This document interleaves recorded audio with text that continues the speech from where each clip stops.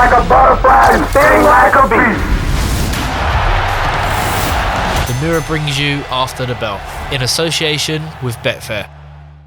Welcome to After the Bell, Mirror Fighting's boxing show in association with Betfair.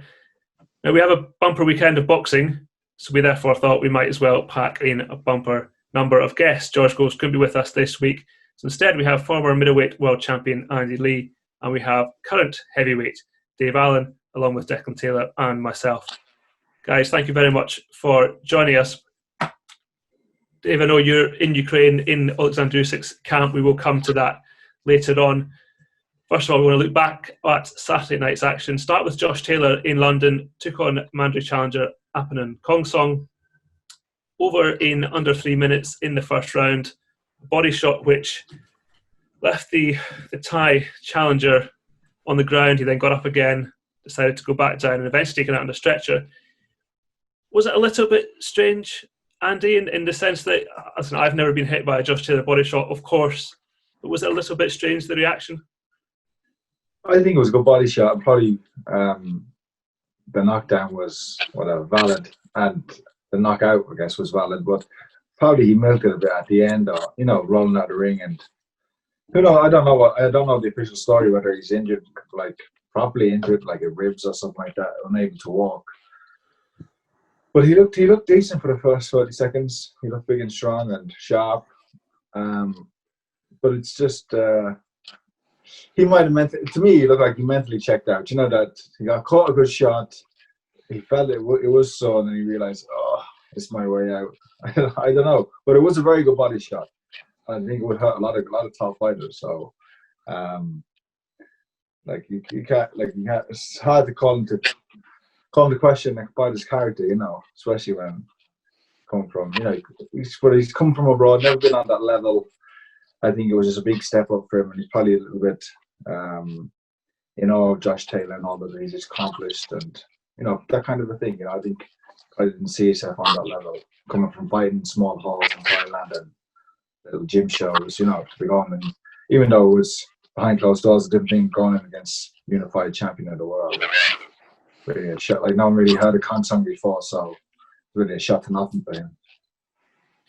That's the thing, isn't it, Dave? Because you look at his record, he was 16-0, he had plenty of knockouts. But as we said last week, it was a huge step up. And it sort of does, I think, anyway, bring into question the fact that he was the mandatory, but he followed the route, he did nothing wrong. But it was just a case of suddenly he probably had never been hit like that before. He'd never been hit by that before. He would never have been in that sort of situation. Like, he's come over from Thailand, not even in a normal circumstances either. He's come into like a weird bubble, and it must have just been totally strange for him. And then turns up in York Hall with no fans, and he's got Josh Taylor bearing down on him. It's like, it's not ideal, is it, for anyone, let alone someone who's 16-0, never boxed anyone. So this was what we said last week, that it might have been like, this was sort of what the score was going to be.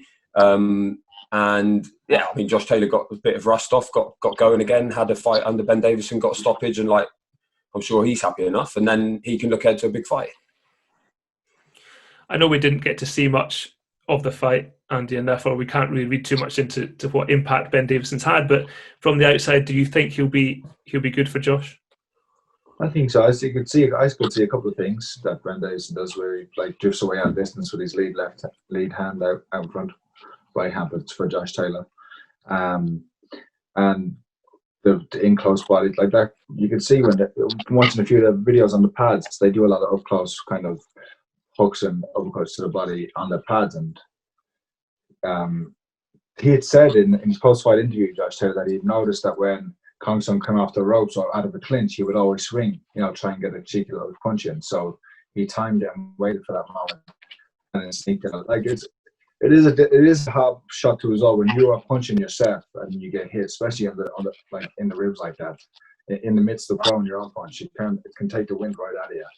So it was a good punch, and yeah, you could see so. He looked sharp. His feet looked good. So yeah, it's encouraging first fight with Ben Davison. I know, the line, Dave, that boxers always come out with is you don't get paid for overtime, and that is true. But having not fought for a year, and with the possibility of an undisputed fight next year, would Josh have rather had at least, maybe 5-6 rounds? You know what, mate? I never saw the fight, and I've never even heard of the other fella. I still don't know his name now, to be honest. So I can't really help you. But I guess, yeah, rounds would have been nice for him.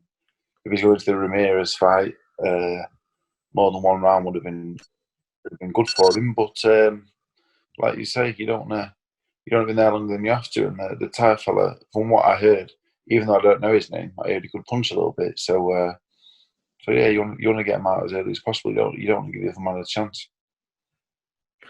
Of course, talking about what's next for Josh, we have a situation where he, of course, wants the Jose Ramirez fight to unify the division completely. But Jack Catterall is Ramirez. It's mandatory. I saw an interview with Bob Arum who was quite disparaging of Jack Catterall. He said nobody's heard of him. He's got no business challenging Ramirez. But then the WBO and Frank Warren are going to push for that fight. Andy, what do you think happens? Do you think let Jack Catterall have his shot at Jose Ramirez, and whoever wins, by the time that he's then ready to fight Josh Taylor, hopefully we're in a position to do it properly with fans? Jack Catterall has been around a long time and probably has earned a title shot, definitely has. But there's just time at the moment because Ramirez is such a big name fighter, great win over Maurice Hooker, and now obviously Taylor, great win over Prograis, and a win last night, whatever that meant. It looks like everything's coming together for those two tonight. They're both with Top Rank. I'm sure Taylor signed with Top Rank under the promises that he would get a fight with Ramirez to unify all the belts.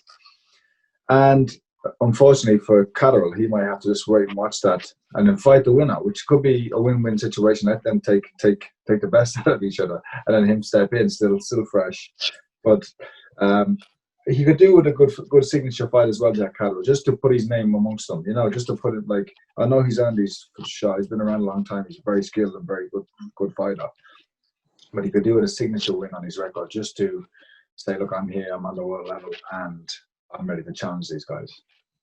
We've seen this with the WBO, though, in the past, haven't we? And Andy, actually, your sort of route to the WBO, we saw Billy Joe Saunders take money instead of fighting for the title, and that's how it ended up with Korobov. So, with the WBO, there's certainly a precedent for that, and maybe Jack could get paid to sit it out, get paid to not fight. Just watch them get it on, and then step in and fight the winner, which always seems like a good idea. But if you're Jack Catterall, do you think he's chomping at the bit to get that fight, or do you think he'd be up for a step-aside job and then fight the winner next year? In this game, there's no guarantees. They could make you all the promises in the world. Yeah, you'll fight the winner. But listen, if the opportunity is there and you've been waiting so long, you take it now because you never know what's going to happen next year. No one could foresee the situation we're in now with a pandemic and so little boxing going on. So I think he'd want to fight. I don't think he'd be happy to step aside, but unfortunately, he might have. Who knows what? It is a tough situation because I do sympathize with Jack Catterall, but everybody wants to see this big fight, don't they? Everyone wants to see Taylor Ramirez, and that's the big fight in the division. And unfortunately for Catterall, he might have to wait, but in the long run, it could be a good thing for him. Dave, if you're Jack Catterall, do you take your shot or do you accept some money and wait your time?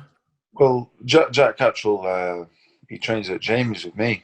We've got the same trainer. I like Jack, and I spoke to him about it a couple of months ago, and he's been waiting a long time for this. He's been waiting a long time for a shot, and I think the worry is if Ramirez boxes Taylor, the winner will move up and box Crawford. That's what makes sense. And if I'm Josh Taylor and Ramirez, I want to fight each other and unify the division and move up and box a superstar in Crawford. So I see it from all angles. But for Jack, if Jack doesn't get the Ramirez fight and Taylor and Ramirez unify, Jack's end up boxing for a vacant title, which is A, more winnable, but B, a much smaller fight than the Ramirez fight. So you can see it from all angles, and we could sit and discuss it all day, but whatever will happen. Jack's a friend of mine, so I hope he gets what he wants, but the Ramirez-Taylor fight is a super fight. It's a really fight. It's not always necessary that you get money to step aside. You just get a promise a lot of the time. That's it. You're not it's very rare, unless you are a superstar yourself, you get money to step aside. A lot of times you're just getting a promise that you'll fight the winner or the next one. which, as you say, especially in these circumstances, could mean absolutely nothing.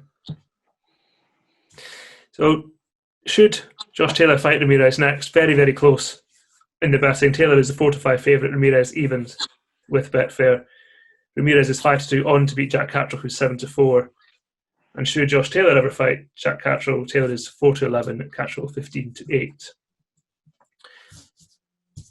Also on Saturday night, we had the final of the WBSS Cruiserweight tournament. Another successful event.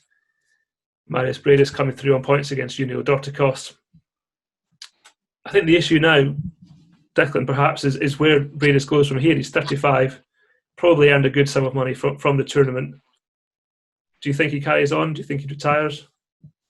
I think he'll hang around for one or two. I'm pretty sure that when you go into the Super Series, they have an option on what they call a legacy fight if you win it. So, like, you don't just go in the tournament, get a load of money, have a load of fights, and then clear off with someone else. They'll have like an option for this legacy fight. So I wonder, and obviously it'll be well paid. I wonder whether he'll do that and maybe fight the winner, of Akoli and Glowacki, maybe fight the winner of that, or maybe he'll move up one. I don't know, but I don't see him walking off into the sunset. But I thought it was a really, really good performance. A bit more sort of nuanced than we're used to with Briedis. He showed some real skill defensively, very crafty. Basically nullified the threat of Dorticos, which I thought was going to make the difference. And it was a great win. I mean, it'd be a great way to bow out, but I don't see him doing that. It's not like he's anywhere near finished. I would expect at least one or another two. Who knows? I don't really see him going anywhere. Of course, Briedis already fought Glowacki in that controversial fight, so a rematch does make sense. Of course, Glowacki has to fight Okoli first. I think that's set to take place on the Joshua undercard. Andy, were you impressed with the performance? Yeah, it's basically what he does, isn't it? And he does it very well. Nothing really special, but everything to a high level. Like Mairis Briedis, he used to be in the Klitschko camps for many years. Didn't actually realize he was younger than me because he would be in the camp sparring Vladimir, and he would hold up. He would hold up and hold his own with Vladimir. He knew. I think he picked up a lot of not skills, I would say, against sparring Vladimir, because he would always win. Like, each guy would have to do 2 to 4 rounds with Vladimir, and there was always a rotation. And he would win, and he would never take too many heavy shots with Vladimir. That was an achievement in itself, and give his own back the odd time, So, very crafty fighter, and a very good fighter. And I'm glad to see him win it. Glad to see him after all these years, being in the camp, serving his time like that, paying his dues, and see him rise now and become world champion and like the star in the division now, really. And I think we said this before, the Cruiserweight division, not always, apart from Usyk probably, not always in the spotlight, but this World Boxing Super Series, Dave, has really 2 seasons now catapulted it into sort of the limelight. Yeah, the Cruiserweight division, especially in this tournament itself, there's been some great fights, I really rate Briedis. I was talking to a member of the team, Usyk, about the fight Friday. We agreed Briedis would win. I think Briedis is really, really good. His experience, and I think he's a really good fighter. I think I would love to see him fight Gassiev. I know Gassiev's not been active, but that was a fight I've always wanted to see. I'd like to see Briedis move up to heavyweight. These cruiserweights can beat. I'm a heavyweight myself. These cruiserweights, they're very good. Any man 14, 15 stone plus, doesn't matter if I'm 17, 18 stone, if they hit me on the chin, and the Briedis are very much good enough and hits hard enough, you can knock all the heavyweights out. There wouldn't be many heavyweights I'd pick to beat Briedis, so I'd like to see him move up. Moving up to heavyweight, one option for Briedis. Should he go on to fight Glowacki at some point, he'd be 10-1 on with Betfair. To win that rematch, he'd be 5-1 on. Should he go on to fight Lawrence Okoli, should he win a world title? Finally, last night, the Charlo brothers were in action in America. Jermall Charlo stepped up to take on Sergei Derevchenko, probably his best win at middleweight on points, pretty comfortable. And then Jermell Charlo stopped Jason Rosario in the 8th round, having had him down 3 times, also with a body shot, a jab to the body. Andy, of course, a former middleweight yourself, Jermall really sort of growing into the division? Maybe time now that he steps up with the elite. Yeah, really good performance, and he handled Derevchenko a lot better than I thought he would. You know, I thought Derevchenko was a handful, and he is a handful for anybody. You saw what he did with Golovkin, but he really handled him, kind of keeping him where he wanted and manipulating him, like manipulating the fight to his benefit in terms of the jab, controlling him with the jab, changing the pace of the jab, and then he's spiteful. He fights very good on the inside for a tall fighter. You know, very impressive performance. And Declan, Jermell, he now has 3 titles at light middleweight. Patrick Teixeira that has a WBO, so that's obviously a possible option down the line. But I guess good victories for their brand as much as anything else to the twins. And of course, if they want to go forward and become some sort of face of boxing, if you like, then they've got to carry on winning. Yeah, and I think that was two like we spoke about it last week, 2 real good fights, proper live opponents on the same night. I thought Jermell's was a good performance. Rosario, I don't really think he recovered from the 6th round knockdown, which was tough, and then he obviously got stopped by a jab to the body, which you really don't see very often. And that conclusively as well. He looked like Khongsong in there afterwards for a bit. So yeah, 2 massive wins for them, especially Jermall. But yeah, I think now is the time to step up for them. And like what Andy said earlier, that signature win, that was his biggest win so far for Jermall. But in terms of that middleweight division, it's not a sexy win necessarily. He needs a Golovkin. I just don't see him, ever fighting Canelo. Really, he doesn't really seem to be in those stakes. And I think a lot of the guys would probably be looking at him thinking, "No thanks," which is not an ideal position to be in. Same with Jermell. I've always felt a little bit sorry for Jermell because the two guys are twins, and he's has to make light middle. It's like that's a bit harsh, isn't it? So maybe he'll move up eventually. I don't know. Another Klitschko situation, but yeah. Big night for them both, and I think it's just about momentum now. But Jermall needs a big win because he says he's the best in the division, and he's sort of waiting for someone to prove him wrong. Yeah, Golovkin, Canelo, someone like that. That's what he needs now. It's tough because within that PBC side of the promotion, there's not many good middleweights. There's not many other big names for him to fight, so they would have to break out of that.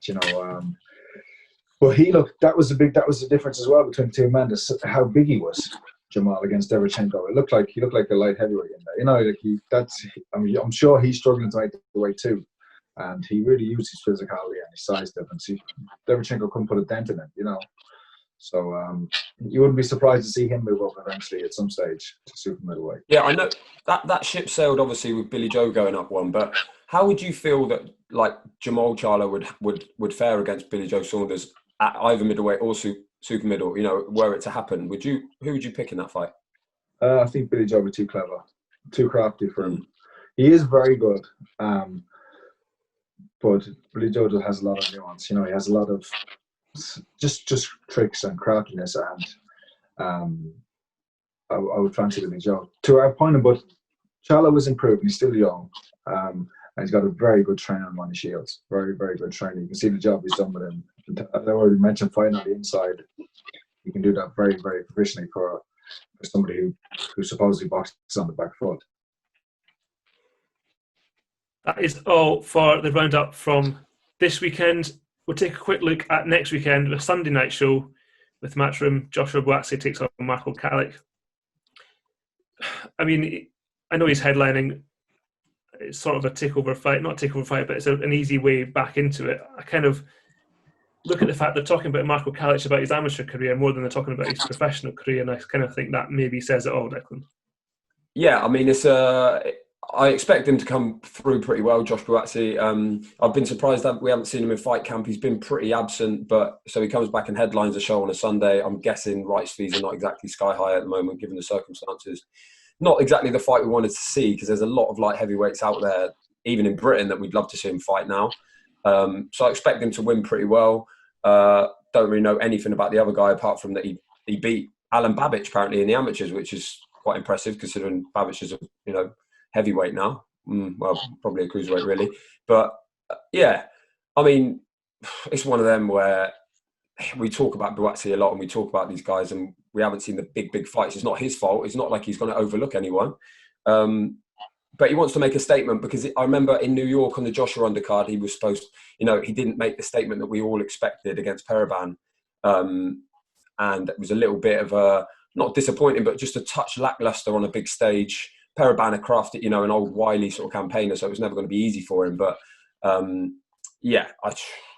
expect him to win. And I mean, to be honest, that card, the most interesting fight for me, speaking of Babic, is Babic against Niall Kennedy. So that's a good little sideshow. It's another decent card, and on Sunday night you can't complain. And I hear you've moved the market on Babic. You've had a little flutter on Niall Kennedy. Niall Kennedy. I would love to hear Dave's opinion on this, but Niall Kennedy for me is a good fighter, good heavyweight, knows what he's doing, does everything well, and he was 8-1 to beat Alan Babic, who really, like we said, he was a cruiserweight. He obviously beat Shawndale Winters in style, but again, he was a cruiserweight as well. It just seemed like a mad price. For me, it's far more of a 50-50 fight. I mean, it's gone in a bit now because I guess a lot of people got on it, but I think that's going to be a good fight. And, it's one of those with Babic. If he's not absolutely knocking someone over early doors, interesting to see how he gets on, especially against someone like Niall Kennedy. I don't know what Dave thinks about that. How do you sort of see that fight? Well, like I was saying earlier, like the likes of Briedis and Usyk obviously, and the real top cruiserweights, they can go to heavyweight and they can beat the heavyweights. But Babic for me is a cruiserweight, and he's nowhere near that level anyway. He's game and he's tough and he looks pretty strong and probably punch a little bit. But if you've got a big man at 17, 18 stone who can box a little bit, which now Kennedy can, he's got a jab. He looks tough enough.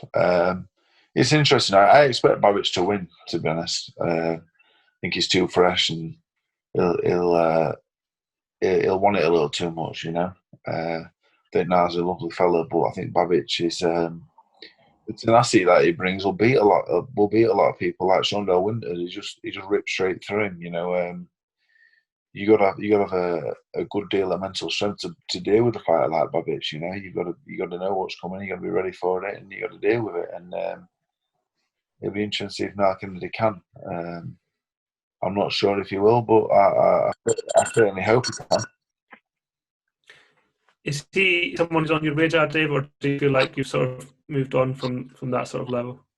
Well, when Babic beat Winters, I was like, I'll box him.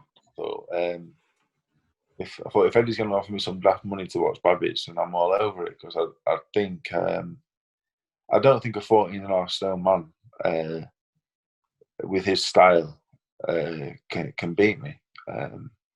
As I was saying before, Briedis, Usyk, these are real world class men, But Babic is not.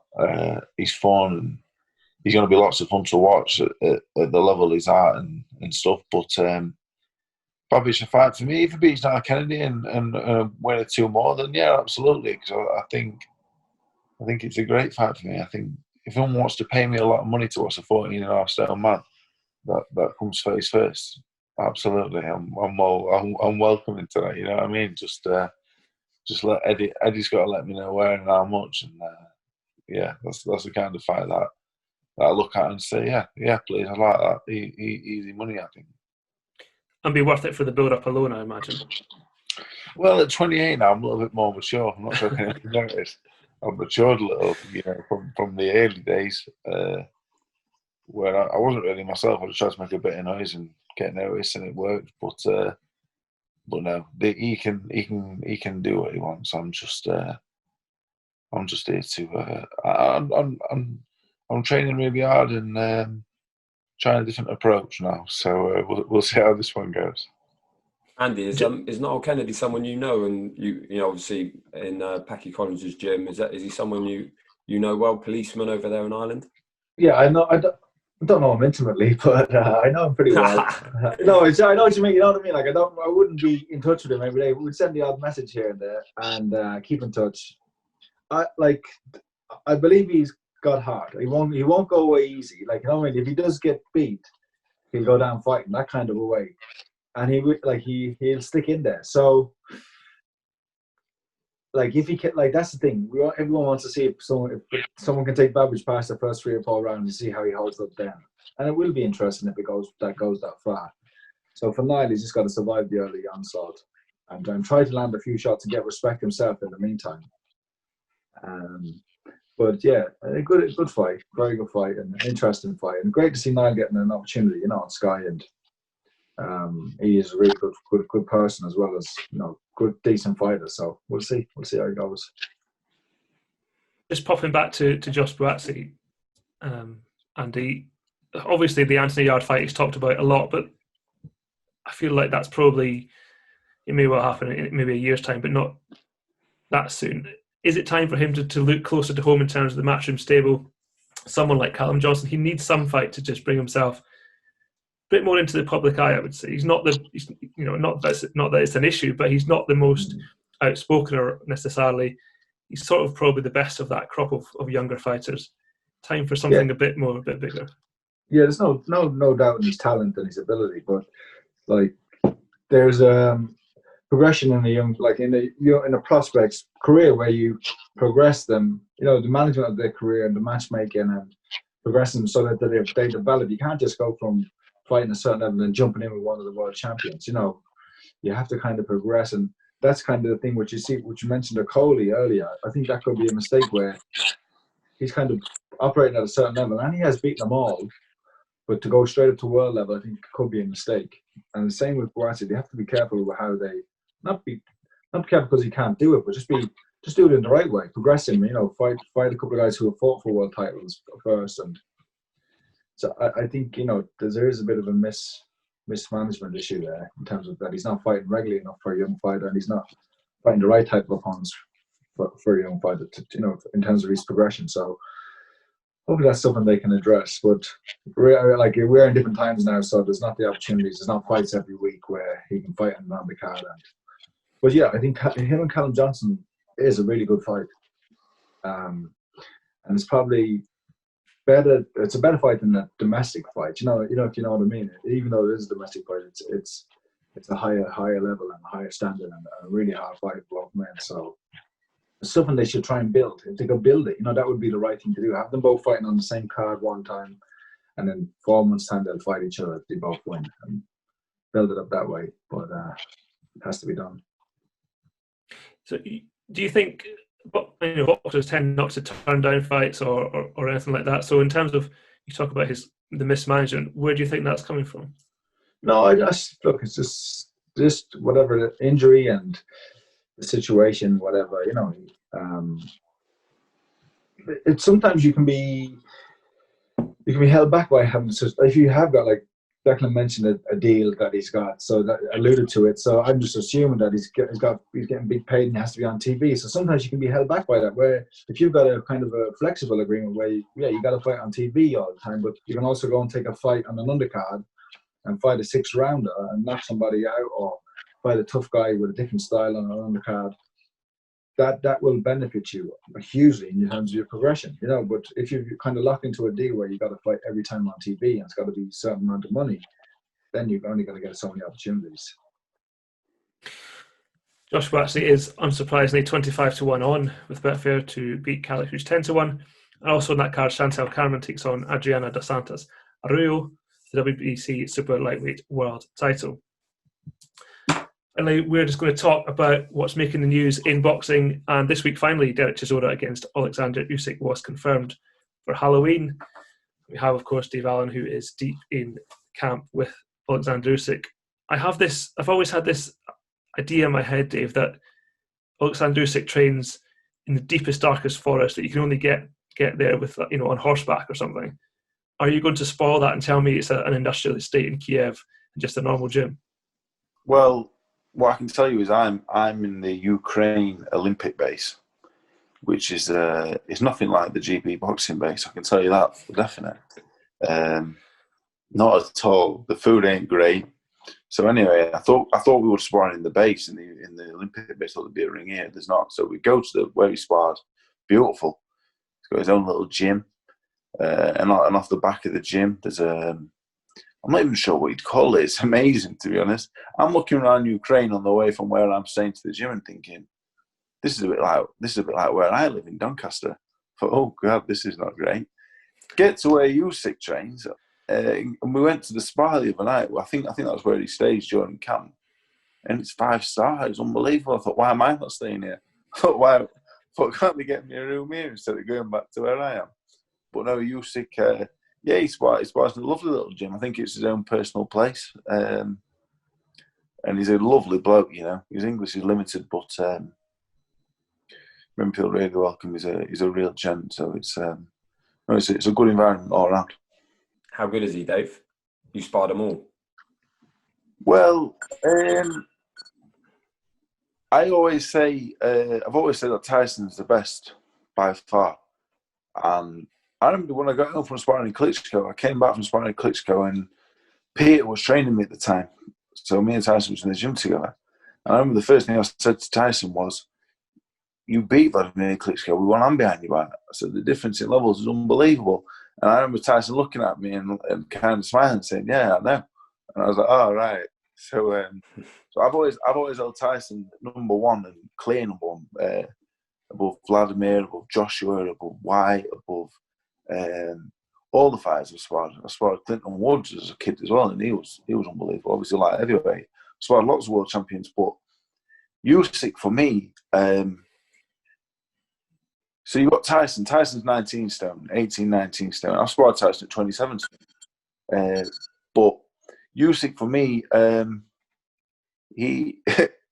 sparred him Monday and Wednesday. So Monday, Wednesday, I've come to Ukraine and I don't want to get hit in the face. I'm 28 now. You know what I mean?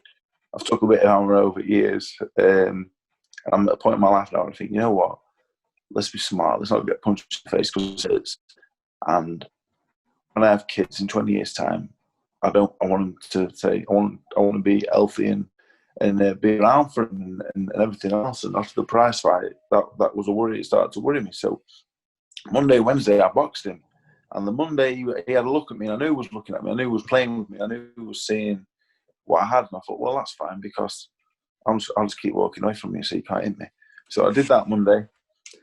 Wednesday, the first round was steady again. And the second round, we did 2 frees on Wednesday. The second round, he kept throwing a left hand. And I kept catching it. And I kept ragging him. And I kept pulling him into me really, really hard. So I did it the first time. And I looked at him and I thought, yeah, I was really happy with myself.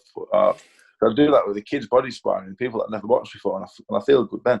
So the second time I did it to Usyk, I caught his leg, threw a left hand at my head. I caught it between my gloves and I pulled him in again. And after I pulled him in, I did the alley shuffle. And I looked at him and I thought, yeah, got you now, Anna. I thought, yeah. I thought, you know. I thought, I'm the daddy now.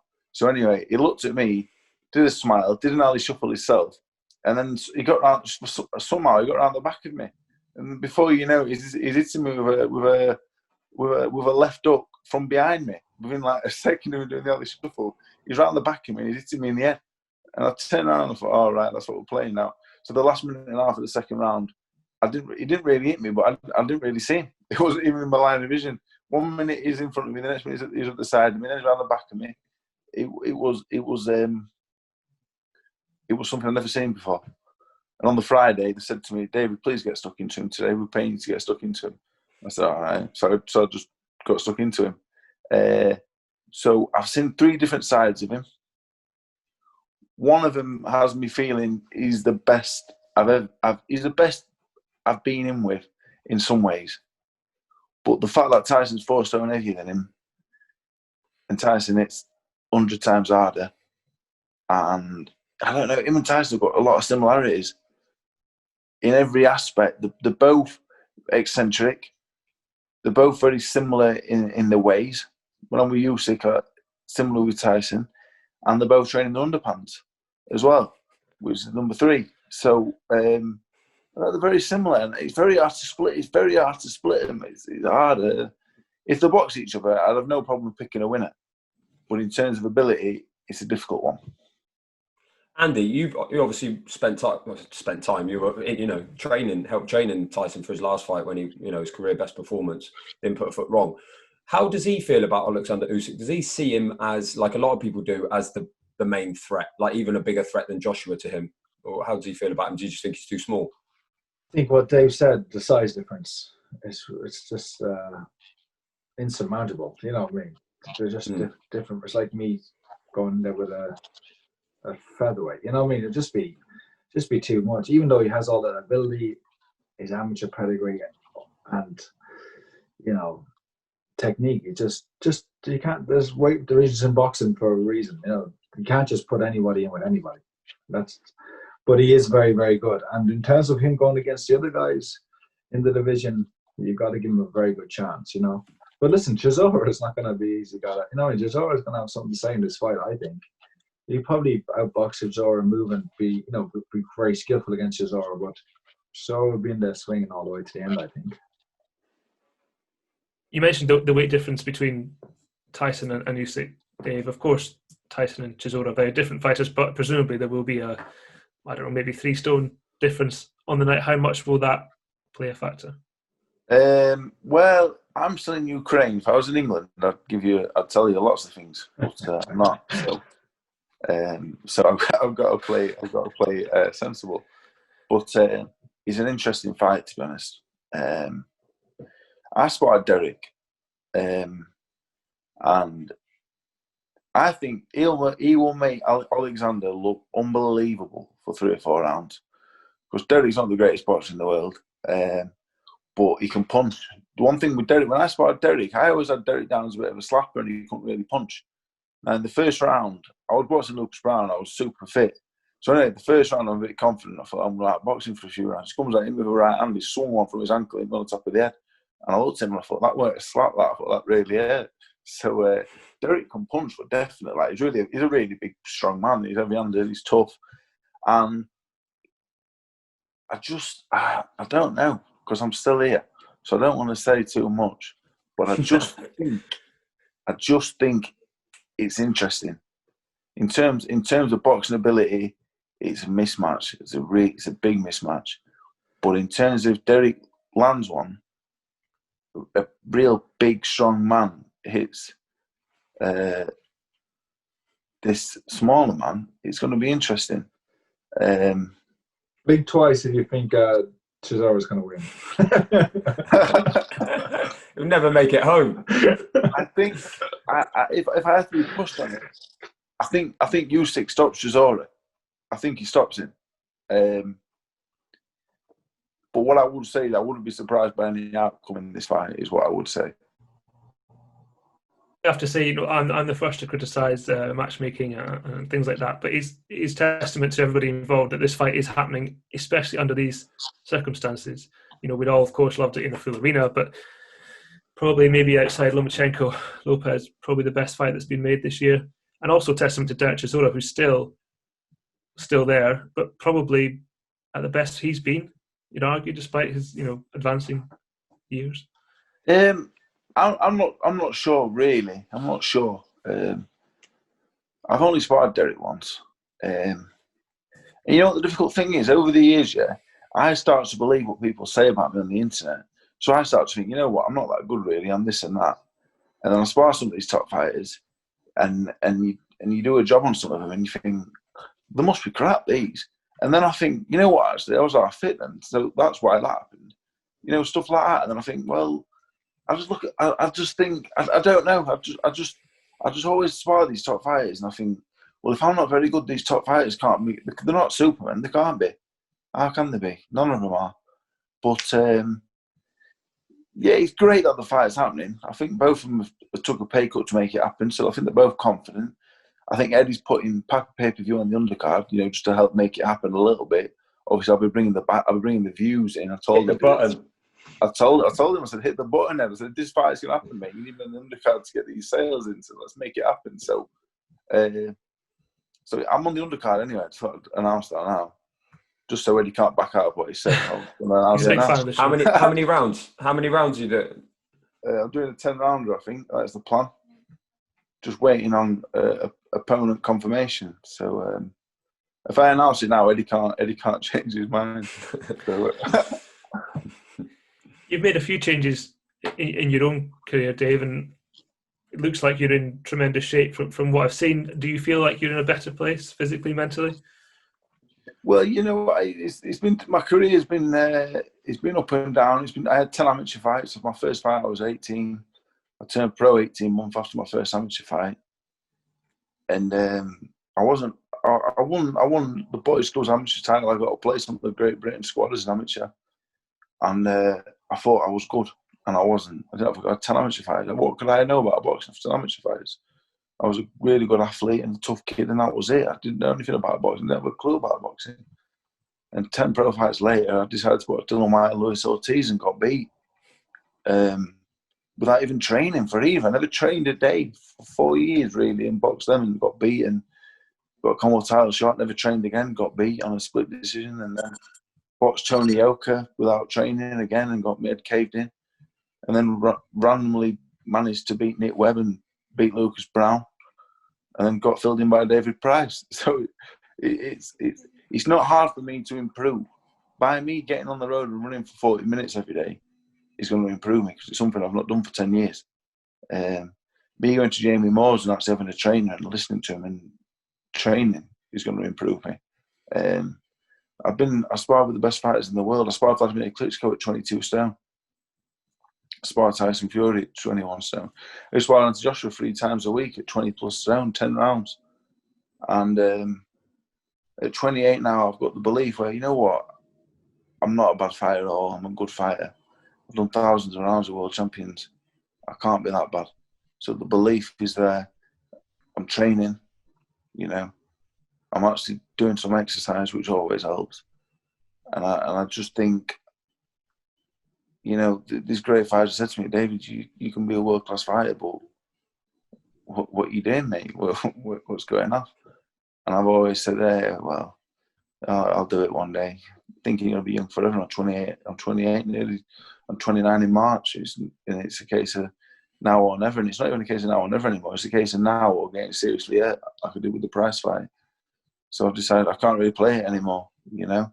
Give it one last go of it, and if it don't work out, then it don't work out. But I've got that. I've got a little bit of that bullish belief, you know. I don't like to say it out loud because I know a lot of people don't. A lot of people that don't know boxing don't believe in me, and I don't take very well to people thinking that I talk rubbish, because I don't. But I've got that little bit of confidence in me. I know what I can do, and I think October 31st we will see, and I'm really excited. It means not to just have one performance where, you know, people can say, yeah, you know what, he's good.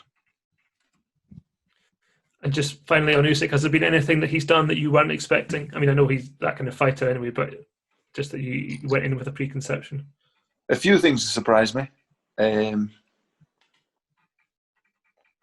that's all I'll say on that. A few things have surprised me. Yeah. Okay. We'll leave it at that. And just finally, news, I suppose you can call it news this week at least. Conor McGregor has claimed that he will fight Manny Pacquiao end of this year, start of next year. Looks like in the Middle East, 3 years after he took on Floyd Mayweather. I think with this, if this fight happens, and I think, Declan, you said before that you do think it'll happen, it's not the same as Floyd Mayweather in that he came out of retirement to get the 50. Pacquiao he showed last year against Keith Thurman he can still be in there with the best. I know this will be an easy payday, but it's a little bit disappointing if he chooses to go down this route rather than take on an actual boxer. A little bit, but he's come out and said, I mean, he's a senator and whatever else in the Philippines. You know, he's a proper man of the people, an absolute idol, demigod over there, and he's saying that he's doing it to raise money to, you know, for how the Philippines have been affected by the pandemic and whatever. So you can't knock him for that. And this is definitely going to be his biggest payday available right now, I guess, other than a Mayweather rematch. But even that, you know, he might make more from this, especially out in Saudi or wherever he's going to cough up ridiculous dough. Also, the thing with Mayweather is, you know, it turns out he didn't train, didn't really spar or anything. He was ill or whatever ahead of the McGregor fight, and he did, you know, you could sort of tell that he didn't take it seriously. And then as soon as he sort of bothered to turn it on, it was over. I mean, it always feels weird sitting here and predicting a fight between like maybe the best southpaw in history and an MMA guy. But yeah, I would just expect Pacquiao to absolutely annihilate him. Pretty, you know, far easier. I don't see him carrying the fight in any way. I think if he does it, he'd train hard for it, just like he always does, get himself up for it, make the money and give it to his people.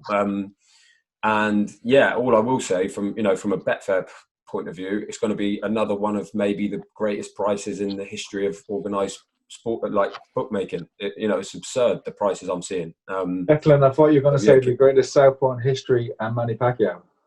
Outside Limerick, yeah. I was going to say outside of Limerick, because you got you and Paddy Donovan, and Marvin Hagler. I think he went to Limerick once. He was in Limerick, yeah. So yeah, get the price while it lasts. That's all I'll say. Well, Pacquiao is actually now 6-1 on to beat McGregor, but the knockout is 4-11. And in the first round, 20-1, second round, 14-1. Andy, does your heart sink a little bit when these fights are talked about and made, or do you just see it for what it is and it's more of a commercial event? Yeah, I don't care anymore. I'm not that precious about boxing. I'm not that precious. It's a money spinner, and everyone will be watching it. It will entertain. The build-up will be fantastic, and McGregor's got, he's improving. I think he will improve as a boxer. Manny Pacquiao is one of the best of all time. So, you have to take your hat off to him for going in there with two of the best. So, yeah, I have no problem with the fight. I'd like to see it. Martin, we know what you think about it anyway. You sat there with a Mayweather McGregor canvas behind your head, so you're all for it, I guess. I love it as an event. I'll be honest. I loved the build up to Mayweather McGregor, but I'm not. I just find it a little bit. I just think, I know you're talking about raising money, but this fight's been talked about long before COVID, so that almost feels like, if I say that, and even if I do it, and how much he's going to give, it almost justifies it a little bit for me. I just think Pacquiao, there are other fights there for him, and seeing McGregor in the boxing ring once was fine, but I don't know. I might find a bit more hard to stomach this one, to be honest. What do you find more interesting, Pacquiao against McGregor or a Mayweather rematch? And what do you think would be more widely received? That's for all of you boys, because I feel like the McGregor one, I think the Mayweather rematch got no shine whatsoever, and they still talk about it, whereas McGregor fight is just a little bit something different again. You mean Mayweather-Pacquiao rematch, not Mayweather-McGregor rematch? Sorry, Mayweather-Pacquiao, exactly. Who would you rather see Pacquiao fight if you had to pick out of those two in Saudi? I go with McGregor. Yeah. I don't want to see rematch with Mayweather-Pacquiao, but I would be interested in watching McGregor. Yeah, I probably would agree. It's just a bit different. If you said to me, you'd be there the whole week, then yeah, I mean, but even McGregor. I talk about Pacquiao has other options. McGregor shouldn't be anywhere near a boxing ring. There are plenty of options in the UFC for him, but that's another story. If Dave agrees with you two and says he'd rather see Pacquiao and McGregor, I think as a boxing show we're probably going to get closed down after this week. So it'd be nice knowing you. I'd rather see McGregor in the UFC. I'd like to see Pacquiao, and I'd like to see Mayweather never box again. What do you want to box for? What's the point? If Pacquiao's going to box, I'd like to see him box Crawford. I'd like to see Mayweather box Crawford and get beat, to be honest, but it ain't going to happen. So there we go. I'd rather see Pacquiao McGregor than Mayweather Logan Paul, if that helps. I think that does get a little bit of respect back, but we're on our arse anyway. Let's be honest. I'm looking for another new guest next week. Well, that is all for this week. My big thanks to Andy Lee, to Dave Allen, of course, to Declan Taylor for joining me. We are across YouTube, Facebook, and as a podcast on iTunes, Spotify, and all other reputable outlets. Please do rate, subscribe, etc. And please also do join us again next week.